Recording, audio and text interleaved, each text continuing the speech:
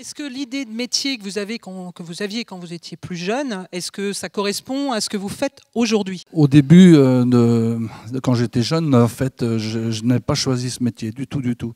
Moi, je voulais beaucoup voyager, donc j'ai choisi un métier, j'étais dans le transport routier, je précise. Et après, donc voilà, j'ai fait une rencontre avec une jeune ado de 13 ans et demi. J'expliquerai après la raison. Donc, elle m'a aidé à venir dans ce métier. Et voilà, donc j'exerce ce métier-là depuis 10 ans. Alors moi, je savais pas du tout quoi faire après la troisième. Du coup, j'ai fait une seconde générale et j'ai trouvé ça un peu compliqué. Du coup, je suis partie plutôt dans le secteur technologique. J'ai fait un bac SCI 2D. Et je savais pas trop quoi faire non plus après la terminale. Et c'est en faisant les salons des études, en cherchant sur Internet, j'ai découvert la domotique. Et j'ai vu qu'à Saint-Brieuc, ils ouvraient une classe l'année dernière.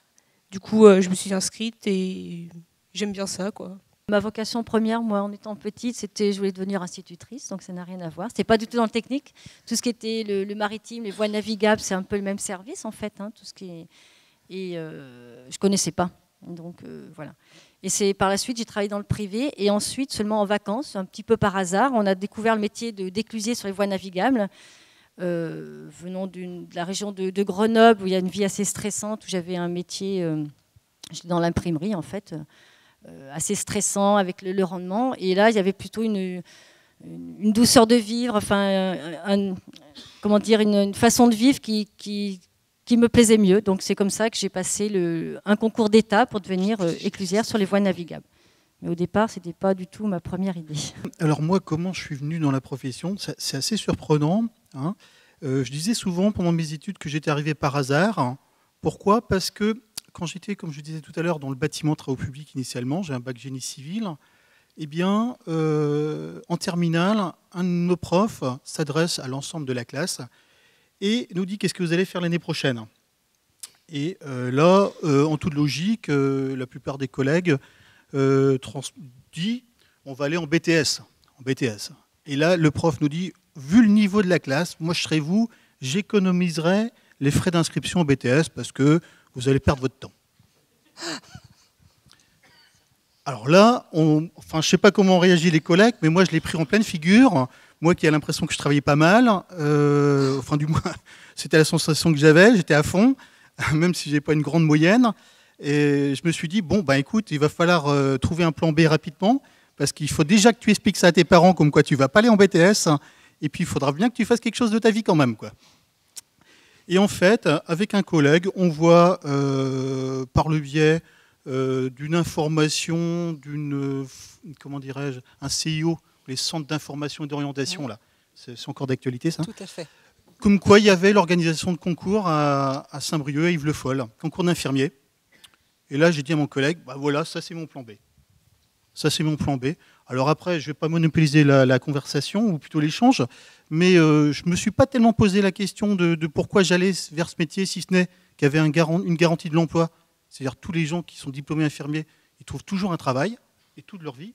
Je me suis plutôt maintenant posé la question pourquoi j'y suis resté, vous voyez. Moi, c'est un petit peu différent. J'avais fait des études, pas pour être agricultrice, mes parents étaient agriculteurs. J'avais fait des études quand même dans la branche agricole. J'avais peut-être un petit quelque chose, mais pour être secrétaire dans les instances agricoles.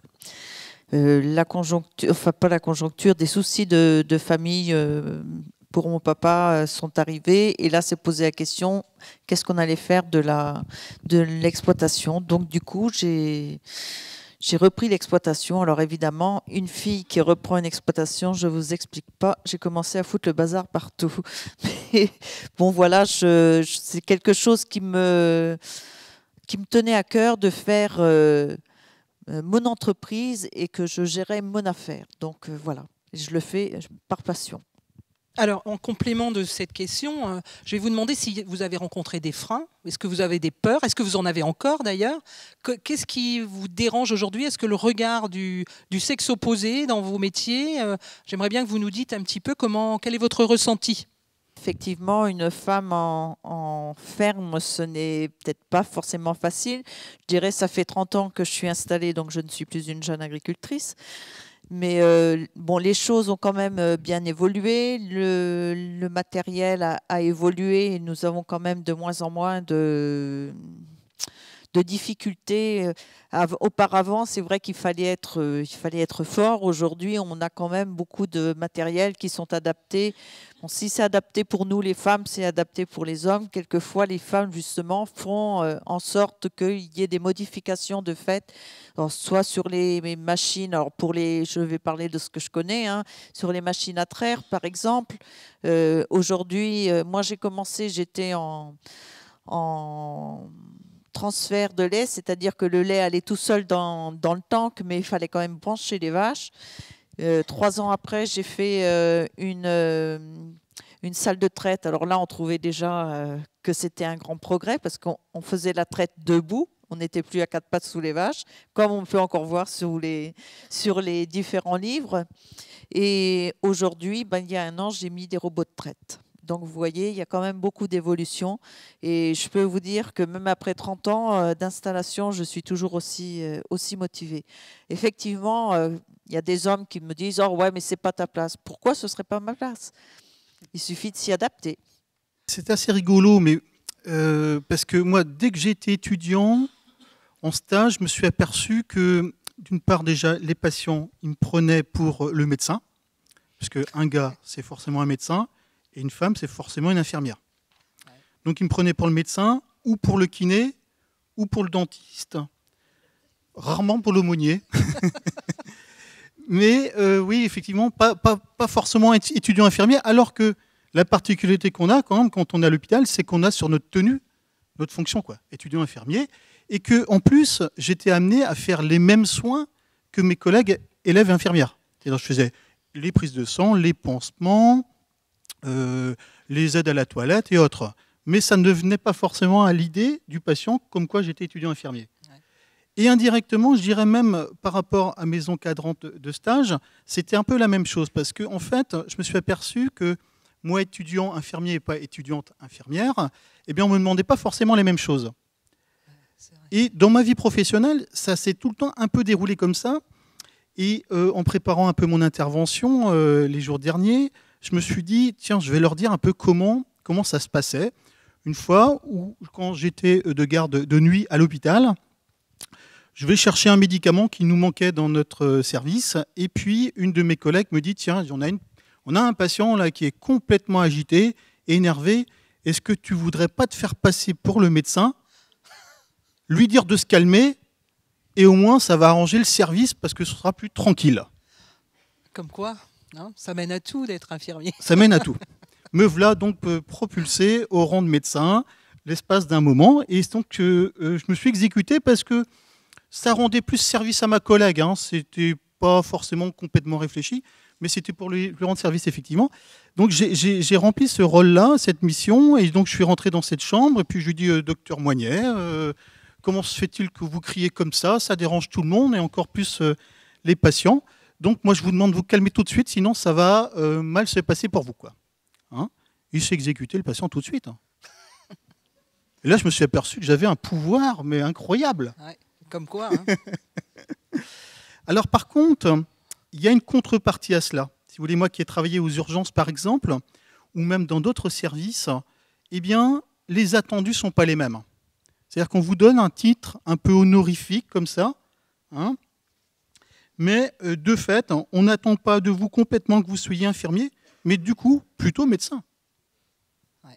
C'est une histoire de culture, en fait. Oui, c'est une histoire de culture. Je vous ai vu dans votre classe avec un grand nombre de garçons. Ça ne doit pas être très facile de s'imposer tous les jours. Bah, c'est sûr, c'est pas... Ouais. Bah, moi, ça va. Enfin, j'y trouve, ils sont plutôt sympas. C'est pas vous la plus gênée, en fait? Non, ça va. J'arrive bien à me débrouiller. Du coup, ouais. On ne sous-estime pas vos actions. Vous avez de la pertinence à côté d'eux? Bah oui, ouais, je pense que j'ai autant de qualités, choses comme ça. Ouais, vous avez raison, c'est comme ça qu'il faut se mettre en avant. Je pense que c'est combien de garçons dans la classe à côté? On est une classe de 15 14 garçons du coup. Oui, même dans... Ah oui. Et autour, il y a quand même des classes de garçons en plus dans les thématiques à côté de la domotique. Bah oui, il y a un autre BTS dans le lycée aussi, il y a uniquement des garçons. Uniquement des garçons. Ouais, cette année, il y a une fille en première année. Ah ouais. C'est vrai que sur l'ensemble, vous n'êtes pas nombreuses, quoi. Hein. Pas du tout. Mais on peut devenir les chouchous finalement, peut-être. C'est une façon de voir ça, si on peut appeler ça comme ça. Non, pas spécialement. Bah forcément, il y a davantage. Il n'y a pas les mêmes réactions par rapport à un garçon ou par rapport à une fille. Oui, on rit pas, on a le droit de se tromper. Oui, peut-être plus. Ouais. Je suis chef d'équipe depuis 2006, donc j'ai eu le temps de me roder. Mais au tout début, en fait, j'ai commencé par les voies navigables. Donc c'est un métier que j'ai découvert, comme je vous disais tout à l'heure, en vacances.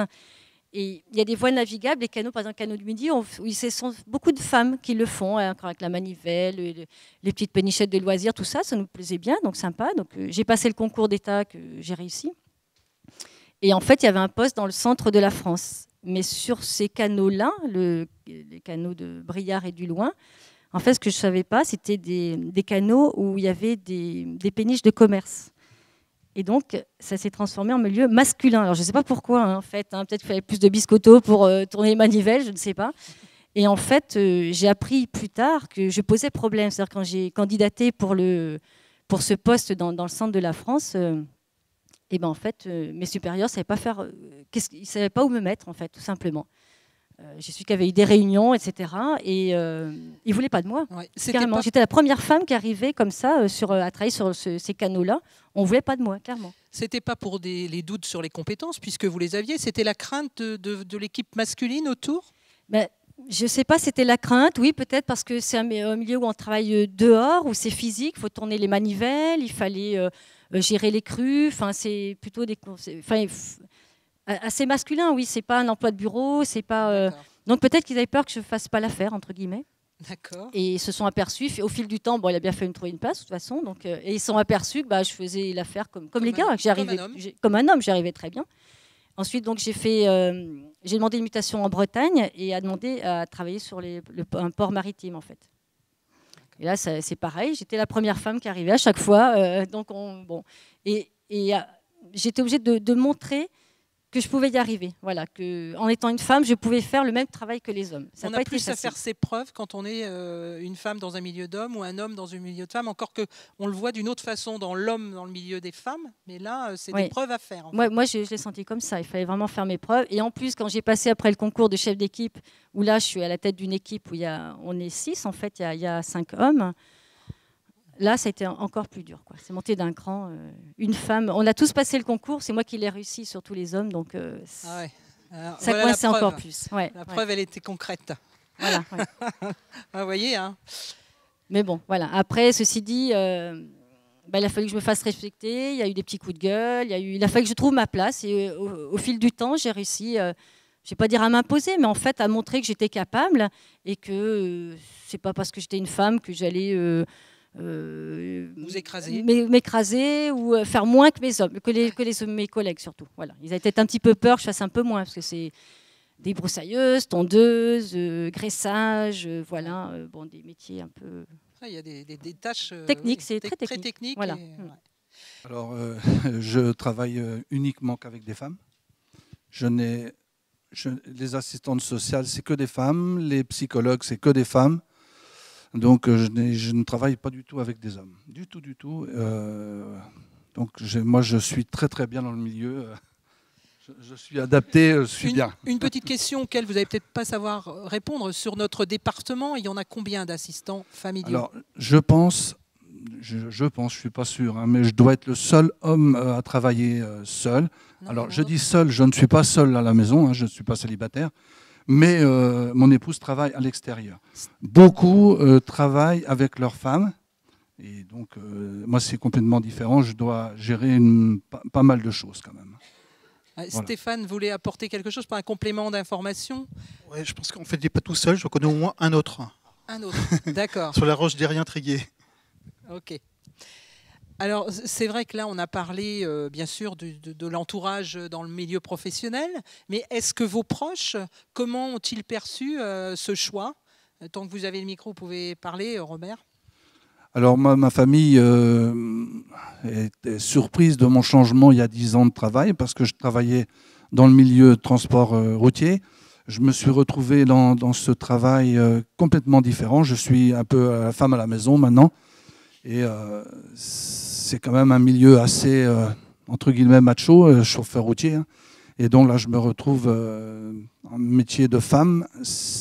Non, ma famille a accepté, a trouvé ça génial. Tout le monde, tous mes amis, tout le monde a trouvé ça génial. En général, ce métier, il est reconnu comme un métier. On fait plein de choses pour les jeunes qui sont, beaucoup de gens savent ici, qui sont pas abandonnés des parents, mais les parents n'arrivent plus. Donc c'est un métier. Je le dis devant tout le monde, c'est un métier pour moi c'est génial. Moi, je m'éclate dans ce métier. Je suis vraiment bien, quoi. Alors, moi, c'est un petit peu différent. Nous sommes 2 enfants. J'ai une sœur qui a 50 plus que moi, qui était plus costaud que moi. C'est vrai que moi, malheureusement, j'ai toujours eu quelques soucis de santé, donc mes parents ne me voyaient pas agricultrice. Sauf que ma sœur a trouvé son prince charmant qui était menuisier et qui ne voulait pas entendre parler de la ferme. Donc, quand s'est posé la question qu'allons-nous faire de l'exploitation puisque papa ne pouvait plus travailler, quand j'ai annoncé que j'allais reprendre l'exploitation, j'ai pas senti la nouvelle arriver comme une bonne nouvelle, puisqu'on m'a carrément dit tu peux te lancer, mais ça marchera pas. Vu comme ça, je peux vous assurer que c'est très encourageant. Mais moi, je crois que le fait qu'on m'ait dit ça, je crois que ça a fait l'inverse pour moi. Je me suis dit, là, on va voir si j'en suis pas capable. Et je crois que ça m'a encore plus boosté pour garder l'exploitation, mener. C'est vrai que je la menais toute seule puisque mon époux était salarié dans une coopérative. Le seul bémol, je dirais, c'est vrai, aujourd'hui, il y a des femmes qui charruent, mais moi, voilà, les travaux des champs, je ne le faisais pas. Par contre, soigner les bêtes, il n'y avait pas de souci, je me débrouillais très bien. Donc, j'ai fait ça 3 ans toute seule. Mon mari est venu me rejoindre 3 ans après. Mais je peux vous assurer que c'est très dur de ne pas avoir le soutien de sa famille. C'est vrai, je pense que c'est compliqué. Heureusement pour moi, j'avais des beaux-parents qui habitaient à 500 mètres. Je ne suis pas allée chercher un mari bien loin, mais qui, eux, par contre, voyaient bien que j'avais la passion, j'avais envie de le faire. Et je pense que c'est eux qui m'ont soutenue. Mais c'est vraiment dur de ne pas voir ses parents de ce côté. Ouais. Surtout dans le monde agricole, c'est souvent en fait de père en fils et oui, pas voilà. forcément de père en fille, on va dire. Bon, c'est vrai que peut-être ce que je n'ai pas précisé, nous sommes 2 filles. Effectivement, comme toute famille, ils auraient bien aimé un garçon, sauf que je suis arrivée, c'est une fille. Mais j'ai quand même repris l'exploitation. Oui, moi, contrairement à madame, en fait, non, ça s'est bien passé. On ne s'est même pas posé de questions. En fait, ça s'est fait naturellement.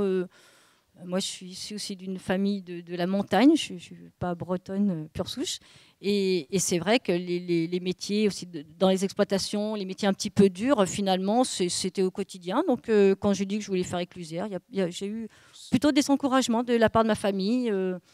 Et même quand ça n'allait pas très bien, quand j'ai passé mon concours de chef d'équipe, où il a fallu un petit peu m'imposer, j'ai eu le soutien de ma hiérarchie. Ce qui, en plus, qui a été, oui, qui m'a ça aide en tout cas. Ça m'a bien aidé, oui, ça m'a conforté un petit peu dans mon choix et que je ne regrette pas du tout maintenant. Moi, il n'y a pas eu de soucis, au fait. Ils m'ont carrément encouragée parce que c'est un domaine en pleine expansion. Et il va sûrement avoir beaucoup de demandes de postes plus tard. Du coup, ils m'ont dit, vas-y, fonce, il y a de l'avenir, quoi. Mes parents étaient agriculteurs, moi. Je me retrouve un petit peu à travers ce que la collègue évoque. Donc, comme la transmission de l'exploitation se fait de manière un peu dynastique et puis surtout de parents à aînés, moi, j'étais pas une fille non plus, mais mon frère l'était. Enfin, mon frère était le premier plutôt, était aîné, et donc a pris en toute logique la suite. Lui, il était fait pour ça. Il a su très très vite qu'il ferait agriculteur. Par contre, se poser la question, qu'est-ce qu'on va faire du deuxième garçon? C'est-à-dire moi. Et là, mes parents m'ont dit, de toute façon, l'exploitation est pas assez conséquente pour que 2 s'installent ici. Alors, c'est pas dit aussi directement que ça, mais je l'avais assez bien compris. Donc, en fait, mes parents me soutenaient à faire ce que je souhaitais. Alors du coup, j'ai l'habitude de dire que je ne suis pas venu donc un fermier, mais je suis devenu infirmier, moi. Vous voyez, une sorte de jeu de mots. un agriculteur, un fermier, quoi, un firmier. Ah, le jeu des lettres, là. Le jeu des lettres, le jeu des mots, et peut-être que c'est ça qui leur a convenu. Ça, en tout cas, ils m'ont soutenu. Mais en fait, la problématique de mixité professionnelle, ils ne l'ont jamais vue comme ça. Moi non plus. Je n'ai jamais vraiment perçu de cette manière-là, en tout cas quand j'ai décidé de devenir infirmier, ou surtout quand j'ai eu le concours, parce que c'est ça qui a été décisif dans ma situation. C'est-à-dire que j'ai passé le concours un petit peu avec réflexion quand même, et puis travail, mais j'étais quand même assez surpris de l'avoir, moi. Ouais. Vous voyez, parce que j'étais plus dans l'idée aussi que c'était plus dédié à un métier pour femmes. Mais après tout, je me suis dit, maintenant que tu as ce concours-là, pourquoi pas? Essaye, tu verras bien. Et par contre, si toutefois ça ne te convient pas, c'est la chance qu'on a aujourd'hui, je trouve, moi, c'est qu'on peut faire quelque chose d'autre. Ben, effectivement, quand on prend la tête d'une exploitation, on prend des risques. On sait très bien que, ben oui, effectivement, on pourrait échouer. Pardon ? Quand on est un homme aussi, tout à fait, mais c'est vrai que ça n'aurait pas le même impact parce que, comme disait, je crois que c'est Laurence qui disait tout à l'heure, il faut qu'on fasse nos preuves beaucoup plus qu'un homme. Bon, tant mieux pour moi, j'ai réussi, mais c'est vrai que bah, on se met des charges sur le dos, on n'est pas forcément très serein au départ, mais je ne regrette rien du tout. Je pense qu'aujourd'hui, je recommencerai la même chose. J'ai fait le choix, ça ne s'est pas fait dans une année en fait, ça s'est fait sur, je dirais, bon maintenant j'ai 60 ans, j'ai commencé à décider de changer de métier vers 45 ans. 45 et je voulais me changer vraiment à 50 ans. Donc j'ai mis 5 ans à chercher un métier qui vraiment me plaisait. Et comment vous dire, si monsieur il pose la question, s'il y avait eu un échec, je pense que je serais retourné dans mon ancien métier, voilà, que je connaissais depuis presque 30 ans. Donc voilà. Mais moi j'encourage des personnes de la quarantaine, cinquantaine, de changer de métier. Il faut foncer. Voilà. Faut oser. Faut oser. Moi, ce n'était pas une prise de risque, au contraire. Moi, je quittais le privé pour aller vers une vie beaucoup plus simple et dans la fonction publique. Et pour moi, je ne me suis même pas posé la question. Pour moi, c'était la sécurité. Donc, contrairement, voilà, encore une fois, ouais. Non, je ne me suis pas posé de question. Moi, je peux dire que oui, un peu. Oui, un peu, mais en fait, toute expérience est une plus-value. Moi, j'y crois beaucoup à cela. C'est-à-dire qu'on arrive ou qu'on n'arrive pas, ça va déboucher sur autre chose. Et il est vrai que quand j'ai commencé mes études d'étudiant infirmier, dès le premier trimestre, je me suis dit, oh là là, si c'est ça ce métier-là, moi, je ne vais pas rester là longtemps. Parce qu'on était beaucoup plus sur le côté théorique en cours, et qu'en fait, je m'étais donné le temps d'attendre le premier stage. Et là, quand j'ai effectué mon premier stage qui s'est bien passé, je me suis dit, j'ai beaucoup moins de doutes. J'ai beaucoup moins de doutes, ça me plaît. Donc, vous voyez, expérience égale plus-value, et si toutefois, c'est pas vécu comme un échec, mais il faut se réorienter, oui, effectivement, changer un petit peu Robert. Moi qui fais déjà, j'ai presque envie de dire plusieurs métiers, et pourtant en ayant la même fonction, c'est pas un problème, quoi. Au contraire, ça donne eh bien, du renouveau, une nouvelle bouffée d'oxygène, des nouvelles motivations, et puis des nouvelles envies.